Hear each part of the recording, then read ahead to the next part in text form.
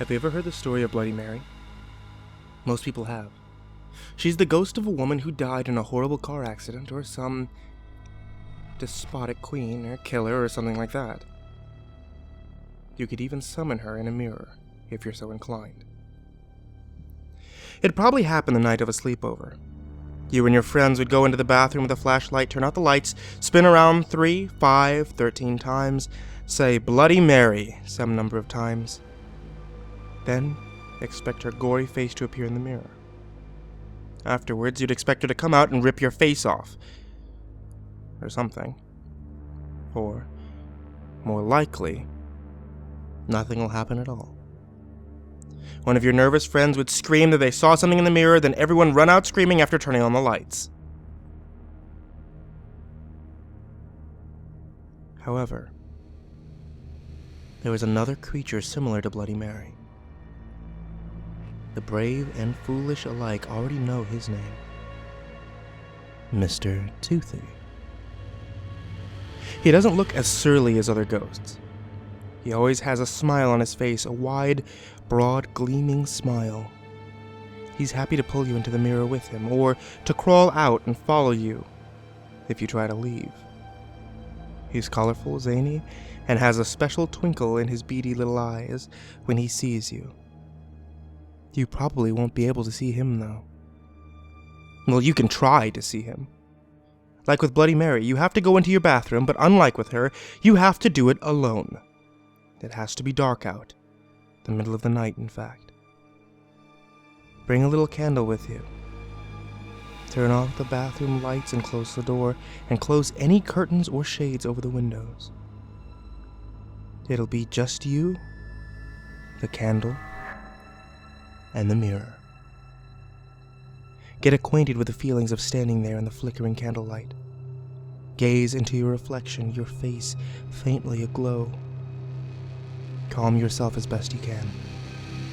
Take a deep breath in through your nose and let it out slowly. Do this a few times. Feel the silence all around you. Next, close your eyes tightly.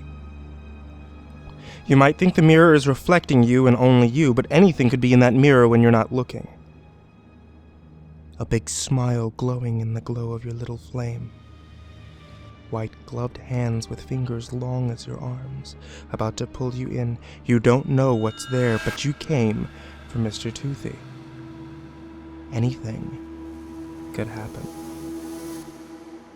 With your eyes still closed, ignore any feelings of dread and knock gently on the mirror 3 times. Then, in a good, strong tone, repeat 3 times. Mr. Toothy is a scaredy cat. Mr. Toothy is a scaredy cat. Mr. Toothy is a scaredy cat. There. Now you've taunted him. You're probably just standing there, your eyes still closed. He could have already been in front of you, grinning ear to ear, ready to show you who's the real scaredy cat. Now you have to open your eyes. So you do. Check to make sure that your face is in the mirror, not Mr. Toothy's. It's just you. Right? So you decide that Mr. Toothy is just a stupid urban legend. There's nothing to be afraid of. You still turn the bathroom lights back on before blowing out your candle. You go play video games or read, maybe call a friend and chat for a while. And then you go to bed. But you'll start to think, what if Mr. Toothy was real? What if he heard you? What if instead of popping out and getting you right away, he prefers to take his time? The next time you're home alone, you might see a half glance of white and red out of the corner of your eye. You might hear the faint squeak of a clown nose over your music. You might feel 2 glittery little eyes watching you when you're in the shower. The great weed of paranoia will grow from its small seed in your stomach. Looking in the mirror at night becomes more difficult with each passing day.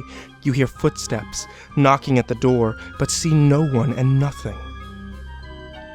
The nightmares will begin, filled with big toothy grins in the darkness, opening to swallow you up. The ring or buzz of a phone will make you jump. You'll hesitate to answer, expecting to hear the raspy, taunting voice of Toothy. You'll go out less and less, but still be scared in your own house. You know that when you least expect it.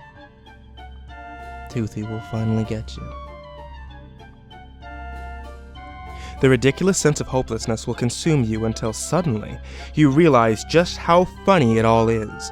He's just a clown, isn't he? He might be a bit more malevolent, but doesn't that add to the laughs? The big white teeth and gloves, the colorful markings all over his face, the way he stalks you in the dark and watches you through the mirrors, isn't it all so awful that you just want to laugh